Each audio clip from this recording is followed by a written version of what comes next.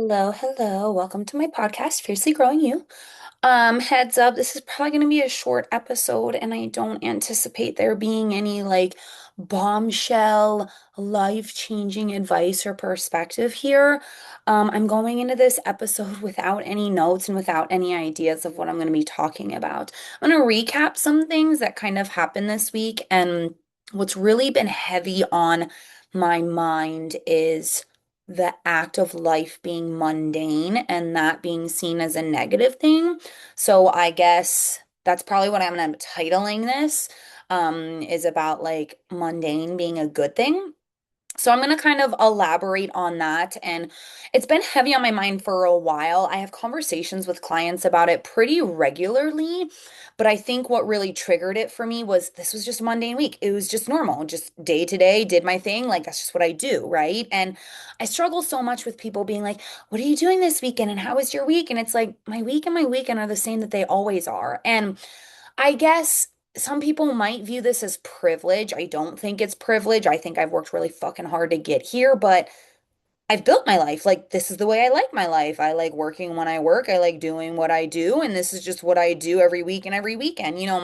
There's those outlier weekends where Benny and I go out and explore. And obviously, like, we went to Minnesota to see his son and stuff. And like, those are things I'm super thankful we get to do. But like, I like.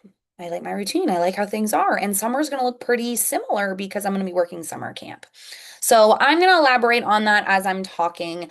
Obviously, I dropped an episode for you guys last Sunday when we got back from Minnesota, and I did a lot of reflection on the trip. And something that I felt like I left out was just the ability to have to sit with being bored. I referenced it towards food, but when I looked back on my notes, something that I wanted to talk about was also being okay with being bored and not feeling like your emotions have to be all over the place. And so many people have asked, "How was your week?" And I'm like, it was great. Like it was so nice, spend time with Benny and his kids. Like we just got to be like a little happy family. Like it was good. It was chill. Um, but I feel like it's almost like we expect this response from people sometimes. And this probably parallels with what I'm saying with life being mundane actually being a good thing is why do things have to be the highest of high? Or why, when we break bad news, does it have to be the lowest of low? Like, where did we lose this middle ground? So, again, my week was normal. I told you guys on Sunday. I had set myself up for success before we left. I made my to-do list for Sunday and I fucking handled business because I don't know, guys. I guess maybe for me, I've been doing this for so long. That's just how it's supposed to be. And I feel like I can very rationally look at that, but I feel like there's so many people walking around in this world missing that piece. Like, you just do what you got to do because that's life and life goes on. I have talked to you guys about this before. I talked about this a lot with like my divorce and life changing so much. Like people die, bad things happen, you lose friendships. Like shit, fucking life sucks sometimes. And at the end of the day, we gotta fucking wake up and do life again the next day until it's not our time to do it anymore, right? And I feel like that is, I don't know, not normalized enough. And maybe in our own relationships, whether it's work, personal, like love relationships, friendships, family, do we not like support that enough out of the people around us? Like, maybe it's not normalized that good and bad can exist together. I'm not really sure where it's come from. I feel like that's probably the most plausible reason is it's like everything has to be really good or everything has to be really bad. And it's like, why can't these things coexist, right? Like there can be parts of your life that are falling apart while there being parts of your life that are going really, really well. You could be grieving the loss of a friendship, like metaphorically, or grieving a physical loss, like somebody passing away and still have some really good things in your life. You're allowed to be happy and sad at the same time. You're allowed to be frustrated and proud at the same time. You're allowed to have more than one emotion on this huge spectrum that we are offered in our feelings day to day. And I just don't think that that's normalized. And I think that's why when we have these days or these weeks where it's like, it's just another week, why is that bad? Like, where did we get in a society where that's a bad thing? My perspective, that's a good fucking thing. That means we've built this life where things are stable and we're just going through the motions. And for me, come hell or high water, those motions better be fucking good ones because I've built this, right? And if you're somebody who feels like you're going through the motions and they're not positive ones or progressive ones, then I think you have to take a look at yourself and ask why. Is it something you can change or is it not? If you can change it, then let's fucking go. Let's get on it. Let's do it. If you can't, why are you giving it so much energy? I gotta ask you that. Why are you giving it so much energy if you can't change it? It doesn't mean that it's not allowed to suck, but why is it taking away the good for you? You need to ask yourself that. So again, my week was normal. I mean, I guess yes and no. Like Monday, I had a normal work day. I did not have tutoring on Monday, and I didn't pick up any hours online. So because I had to go get fingerprinted for the summer camp I'm working. I think I explained to you guys, I'm working for a place called Spark Business Academy. My literacy coach at school had referenced me to them. She's worked them the last couple of years. They pay pretty good. They give you all the curriculum and resources. You just got to go in and teach the camp. And you got to think, for me, somebody who's already an educator, it should be relatively simple. I know how to read curriculum. I know how to work with students. I know how to handle the chaos, right? Somebody coming in as an outsider, it's probably a lot more difficult. But the lady who I don't know if she's like the CEO, CEO, I don't know. She's like head honcho over there. And she like told me depending on the location that I was working, I might need different fingerprinting, different background checks. Well, I had put all my preferences as locations in Virginia, not even paying attention to the fact I should have asked her to just work in Maryland because then I could just drive over to base after because most camps are 8 to 4. And I could just like drive over to base after. I could sit at the BX and do my client check-ins, go over the gym and lift, and then come home, which I'll remember that for next summer for sure. Well, most of the places I'm working in Arlington. I think I'm doing a week in Falls Church, which is a little bit out there, but it's fine. I don't love the idea of putting more miles in my car, spending the money on gas, but again, I just have to go out there, teach the program, and come home. It is what it is. Like, it's fine to have a little bit of extra expenses with gas from a budget perspective. I don't know about you guys. I'm very high strung about my budget. I'm very tight knit. I pay attention to it. So like I'm going to be spending more on gas than I typically budget for. Okay. How are we going to work around that? The fact that I'm going to have extra income because I have my teacher paycheck. We work 10 out of 12 months. I have my teacher paycheck spread out over 12 months. So you just kind of even it out that way. But in any event, my last day of work was supposed to be Monday, June 15th, and my principal has said as long as all of our shit is done, he's not expecting us to come in. I can do like my exiting on Friday, June 12th, which is this coming Friday. It's the last day with kids. It's a half day. I'll have all my shit packed. I have to move classrooms next year, which is really frustrating. It's going to take me a little bit more time to pack my stuff because I'm going to have to move it in August, but it's fine. I'll be done. I'm not coming in on Monday. So I emailed her. I had initially told her I couldn't work next week because their preference with this summer program is they want you to work all 5 days because you're going to be with different campers at different locations, teaching a different program week to week. So they want it to be as consistent as possible for kiddos 5 days, right? So, since I wasn't going to be able to work Monday, I didn't put that week down. I was just going to take the first week of summer to myself to take care of stuff, then work the rest of the weeks. Then I was thinking about it, I was like, I ain't going into work Monday. I can work that. Well, she asked me to work, but it's a location in Maryland. It's actually a really far drive. It's like an hour and a half, and then it'll be like an hour to base. She's going to pay me a little bit extra to help compensate for the extra gas. And I think Benny's just going to let me take the Tesla. So we just have to pay for charging versus gas. In any event, I had done my background checks for the Virginia locations I'm doing, but I had to go do one for Maryland. And I had talked to her the week we were in Minnesota. So obviously I had to wait because I had to go to a Maryland location to do this. So I had planned to do that after work on Monday. So I actually leave work on time. You guys know I usually stick around. I'll work on my computer, do stuff in my classroom, check on my kids in their after school program, whatever, when I'm not tutoring. Well, I left right away because this place closed at 4:30 and it was probably going to take me about 40 minutes to get there because the bridge already starts to back up for rush hour traffic by like 2. So sure enough, life said, no, you're not gonna make it because I got fucking rear-ended on the Beltway. Scared the ever-loving shit out of me. My adrenaline shot up. I was shaking so fucking bad. I can't even like describe it. Like, I'm like, dude, like it's almost like I had fucking Parkinson's. Like, it was crazy how much my central nervous system just responded right away. Um, He hit me hard enough to where I like jerked forward. My airbag didn't deploy. I was terrified to get out of my car because it was rush hour traffic and we're on the fucking beltway. I just called 911 right away. I did let her know he was already getting out of his car. So I assumed I was like, I don't think we need ambulances, but I said we need police here. This fucking dude starts knocking on my window, and I put my finger up, like, hold on a second. I'm not fucking opening my door to talk to you. One, you just fucking hit me. Two, I don't know if you're a fucking psychopath. Three, there's cars flying by us. Like, what are we doing? So I asked the dispatch lady to stay on the phone with me while I put my window down. And this dude tries to say, there's not much damage. I'm gonna go. And I'm like, I'm on the phone with the police right now. You better not fucking drive off from an accident scene. Like, what are you doing? So, because it's on the Beltway, we were still in Alexandria. I hadn't even made it out of Virginia over the bridge to Maryland yet. State police respond. So he came. Virginia has the stupidest fucking laws ever. He says, by sight, if it looks like it's less than $3,000 in damage, we don't do a police report. We just do an incident report or an event report, and then we give you that number.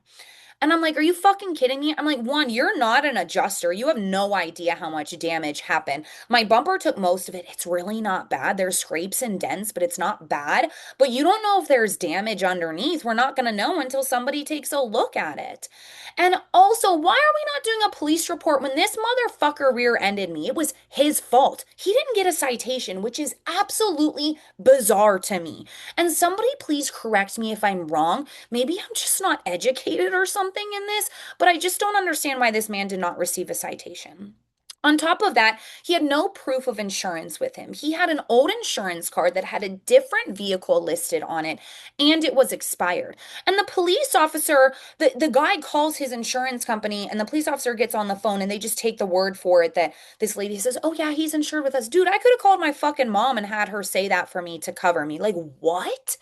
So the police officer's like, yeah, if you find out it's more damage or you figure out that he doesn't have insurance, just call us and we'll change it and we'll cite him. And I'm like, this is absolutely diabolical to me. I was pissed. And this guy had some like shitbox car. Most of the front end damage, I would assume it was from hitting me, but I think that a lot of it, there was other damage on the car. Like he clearly didn't give a shit about his car. And I'm like, sorry, I lease. My car needs to be prim, proper, perfect condition. And I also get a new car every 3 years and pay the money for lease because I want my car to be prim, proper, perfect condition. I don't carry any debt. I pay rent. I pay my bills. I don't have credit card debt and my loans are paid off. I want a nice little car. That car represents me. So sorry that you don't feel that way, but I do.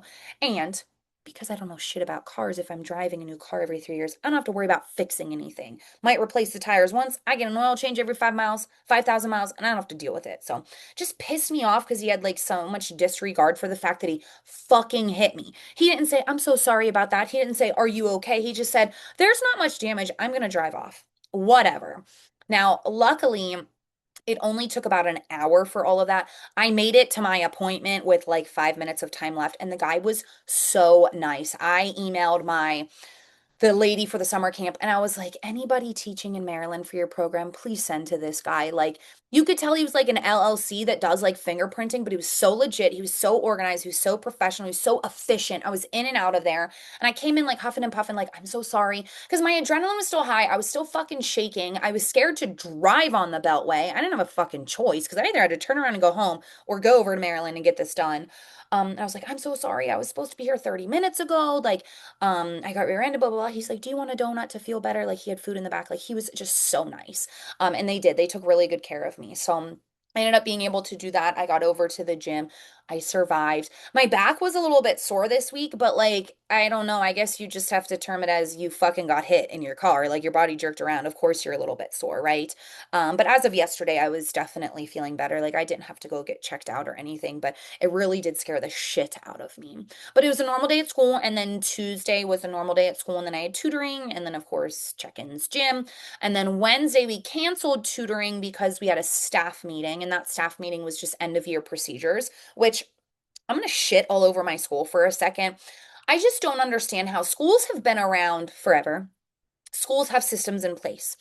As teachers, we have a shit ton we have to do at the end of the year to close things out.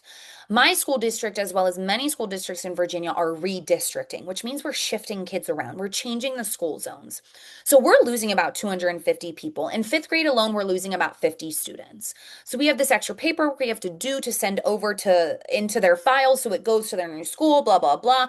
They gave us 3 days to work on that paperwork, which is absolutely fucking ridiculous. Like, I don't have a million other duties to do during the day. So, yes, I'm going to have to do this after school outside of contract hours, but sure, I'll get it done for you. We can bitch and complain about it, but it's got to fucking get done. And that's what happened. A lot of teachers were upset, and I'm like, y'all, like, I fucking agree with you, 10 out of 10. But at the end of the day, we have no solution here because we can't go back in time and get earlier notice, and they're not going to push the deadline. So we just have to get it done. I was like, put a movie on for your kids and fucking do it. Like, I don't know what to tell you. My kids are doing a road trip project, and I was like, guys, unless you really, really need me, try not to ask me a question for an hour because I want to try and get this done. And they were really cool about it. I have that luxury teaching fifth grade that, at the end of the year, giving them a project, they really don't need my help as much as they would have 3 months ago, right? So I was able to, obviously I had to get up every 5 minutes and walk the classroom and check on them, but I was able to bust out a lot of the paperwork and then I finished it after school. And then Thursday, I had tutoring. It was our last day of tutoring. Oh my gosh. I don't think I ever want to tutor a group of first graders again. I just had a tough group. They should not have been mixed together. And then yesterday, we had this union meeting after school because things are toxic as fuck at my school. I'm not going to elaborate on that because there's like investigations and stuff happening with our HR and all of that. But that went way longer than I wanted it to. And then traffic was ass getting over to Maryland. It took me like an hour and 10 minutes, which is fucking stupid, especially on a Friday. But I actually went over there and I skipped my lift yesterday. So I lifted Monday, Tuesday, Wednesday, Thursday because I am trying out for the base volleyball team. So if you're not familiar with the military, most bases or posts, because Army is the post, um, whatever branch of service it is, they typically have a varsity volleyball team. And if they have enough people to pull from, they'll have men's, women's, and co-ed. Not all bases, because like Cannon Air Force Base didn't have this, but many of them do. And you travel and you play against other base teams, and then there's like this national something or other, like you travel. So like if I make the team makes they'll play down at Langley, which is close to Virginia Beach. I think we'll have a tournament here at Andrews. There's another tournament somewhere else, and then like there's like a national thing in San Antonio. So it's pretty fucking cool. Um, Sorry, I did not turn off my notifications, and you guys probably just heard that sound. But yeah, so the big thing is everybody's like, why don't you try out? Because like anybody that knows me, I'm a pretty good volleyball player. Like I can hold my own. The problem is you either have to be active duty or reserves assigned to Andrews. You have to be a dependent, so a spouse or a child of an active duty member assigned to Andrews, or you have to be a civilian or contractor assigned to Andrews. And everybody's like, well, you have an ID to get on. Well, first things first, people thought Benny and I were married, and I'm like, we are not married. And the thing is I don't even know what that would look like because he's no longer active duty. He's now retired. I would still be his dependent and get a dependent ID, but it's a dependent retiree ID. So I don't even know what that would look like.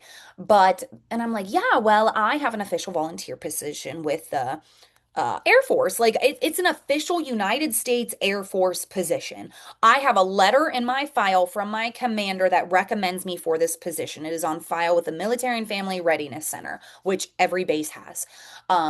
Like not just anybody can do it, right? So it's an official position. I get an ID because I'm not a spouse. Many spouses serve in this position. I was a spouse who served in this position. It became a community position. So when I got divorced, I was able to keep it. So I just get an ID that basically says what my duties are, and it just gives me access to the base. A lot of the amenities I don't get access to.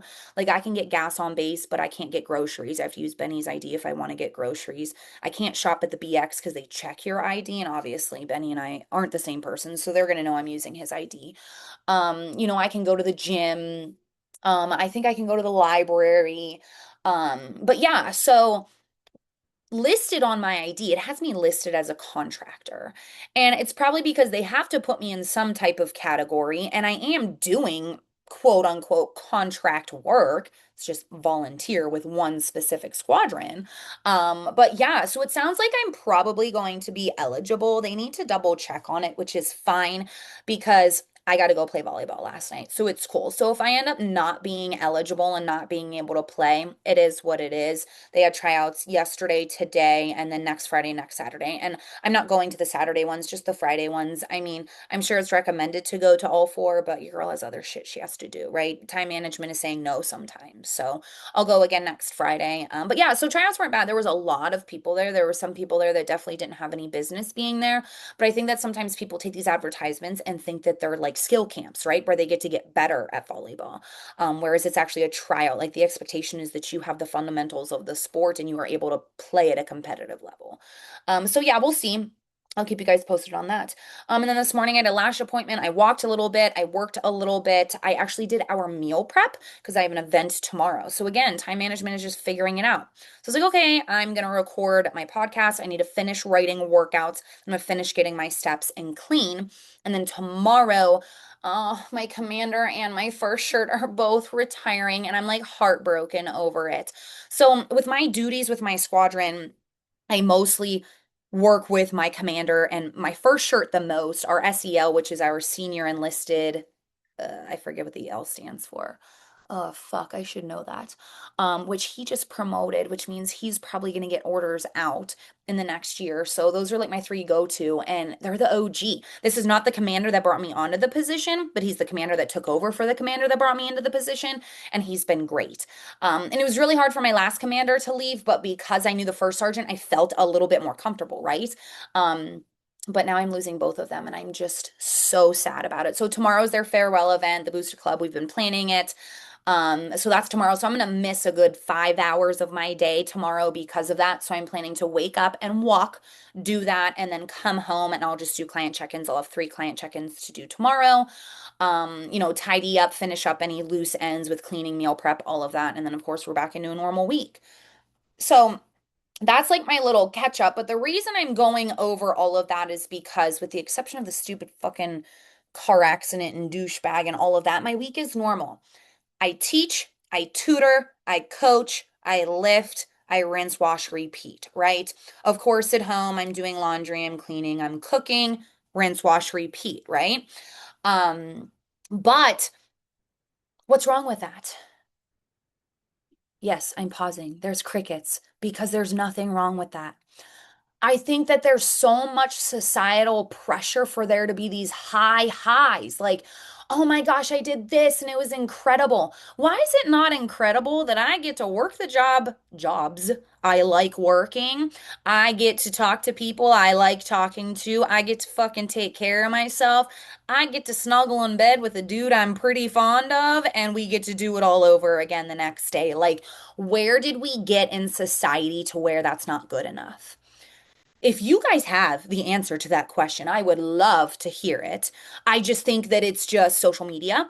I think that there is a pressure for more, more, more. And you guys know I am guilty of wanting more, more, more. So it's not like I'm some innocent victim in this, but yeah, I just really do pose that question to you guys.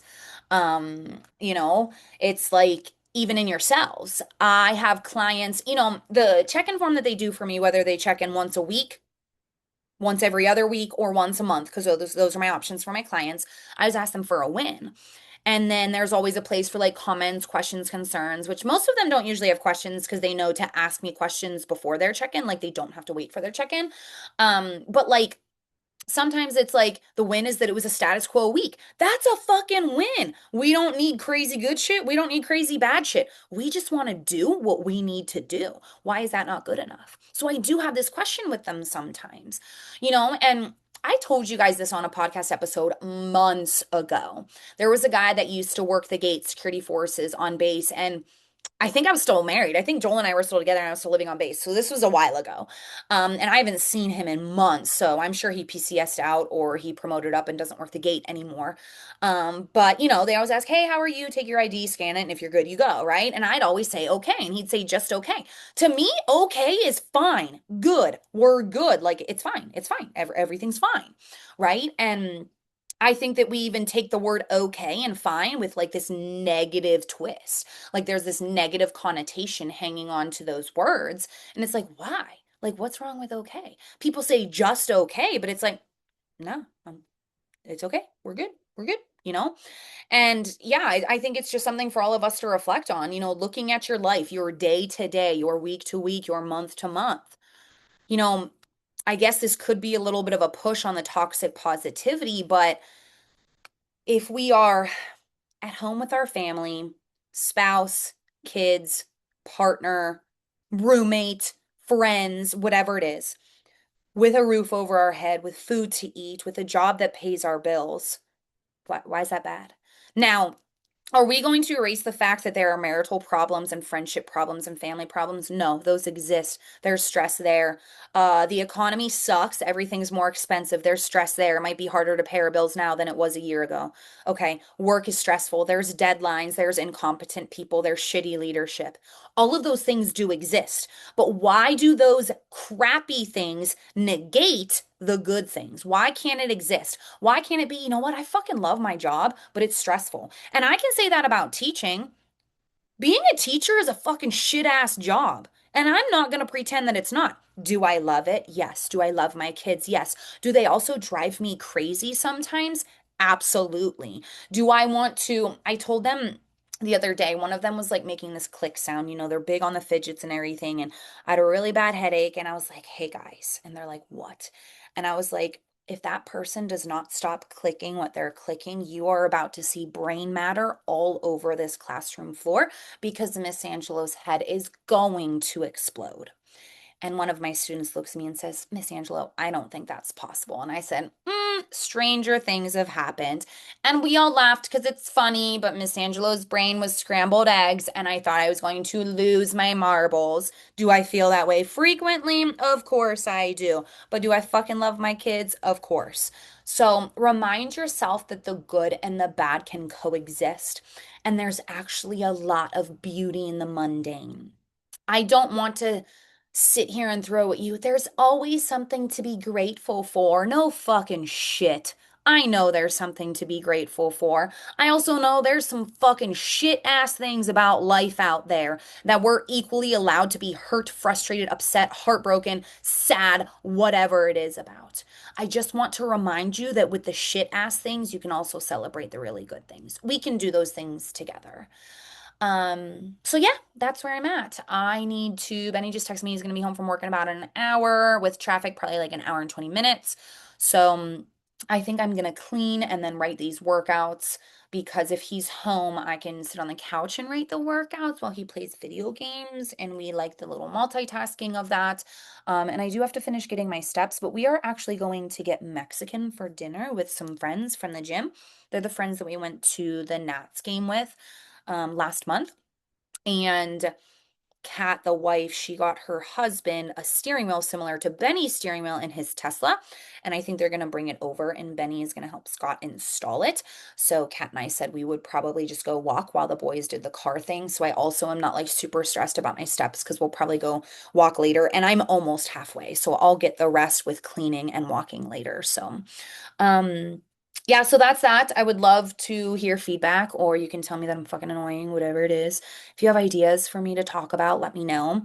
I did hit a new low this morning, 153.8. I'm officially down about 11 pounds.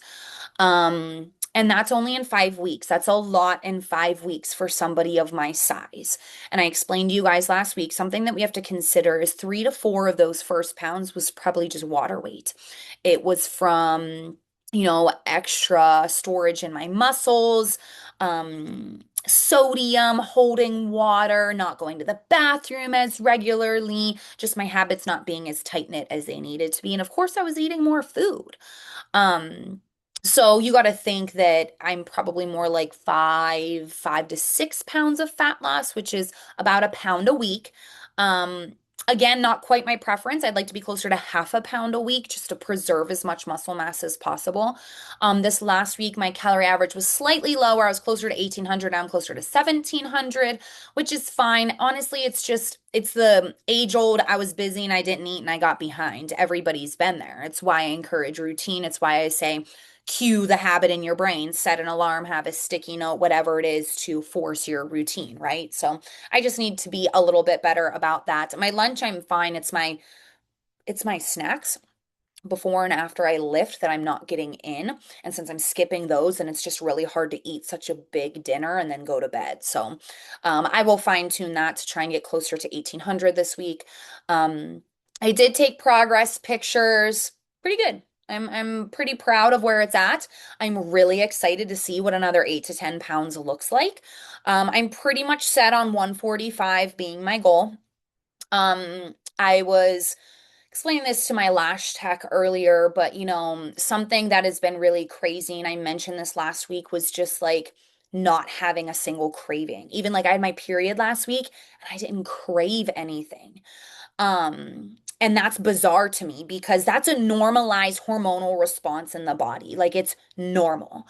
Um, and food is meant to be enjoyed, and it's okay to be enjoyed, and it's okay to be used for celebration and culture and all of those things. So I think there's a very fine line of what this medication can do. Again, I put myself in a separate category because my eating disorder is so relevant to my day-to-day life.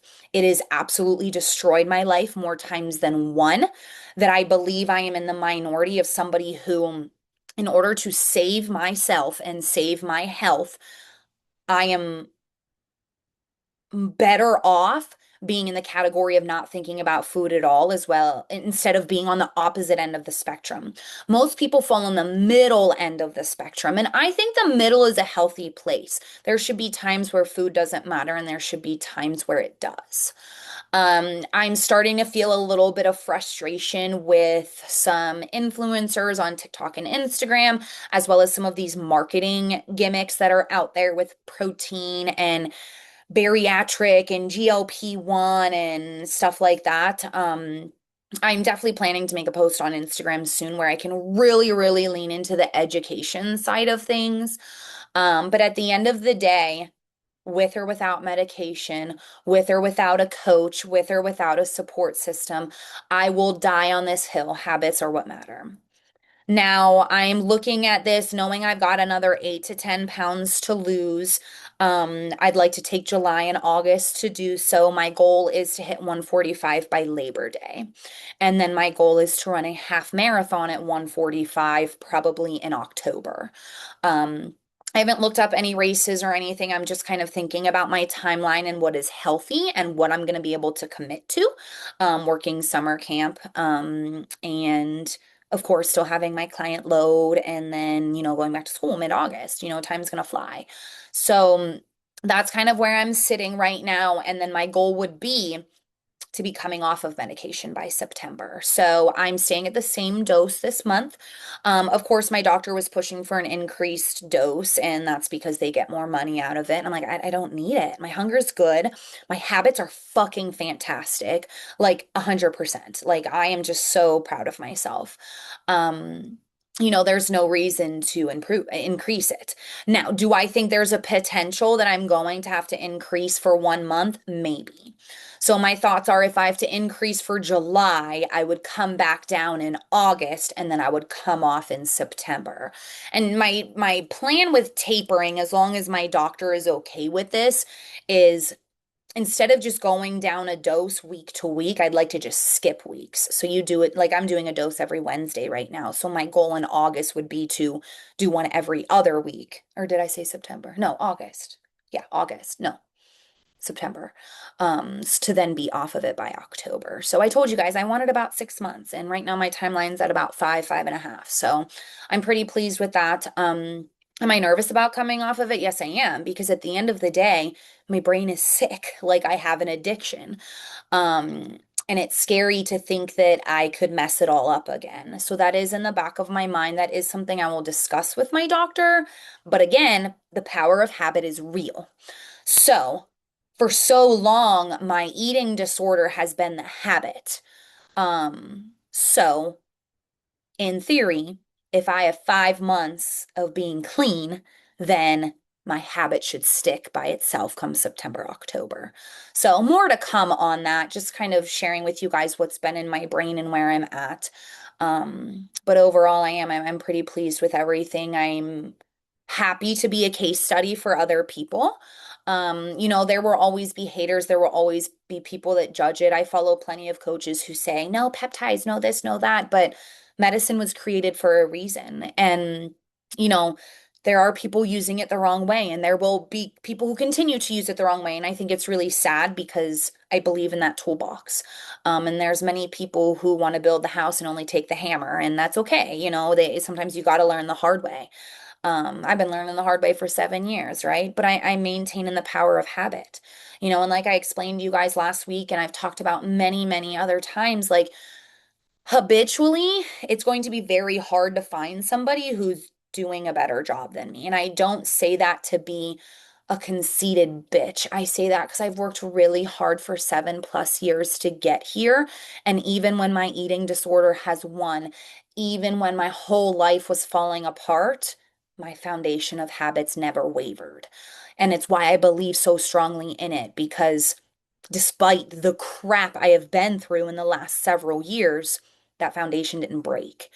A lot of other things broke, and that's why we have a toolbox so we can fix them up, but the foundation stayed. And I really believe in that. So I'm excited to share that out on social media eventually. I figure with the summer camp, I'm hoping it's gonna be long days, but I'm hoping that I just have a little bit more of a mental capacity to do some posting this summer. I told you guys my goal is to get my nutrition course finished this summer as well. And I'm already looking at my weeks. I'm like, fuck, I'm not gonna have time for shit. So, when it gets done, it gets done. But, another source of like that passive income and just offering that education. But now I'm thinking maybe it's a blessing in disguise to not finish it because now I can add chapters about like medication and stuff. So. Okay, guys, I'm gonna go clean and get my workouts written for my clients. But I hope everybody is having a good week. I hope everybody's taking care of themselves. You guys know if there's anything you want to hear from me or anything you want to talk out, you know where to find me. I said this wasn't going to be a long episode. I'm guaranteeing once I upload it, it's going to be about 30 minutes. So I'm sorry for the yapping, but I do hope it helped bring some insight into your perspective on things. Perspective is crazy. It's been blowing my mind lately, but shift your perspective and you can shift a lot of other things too. So, all right, guys, talk to you next week. Bye.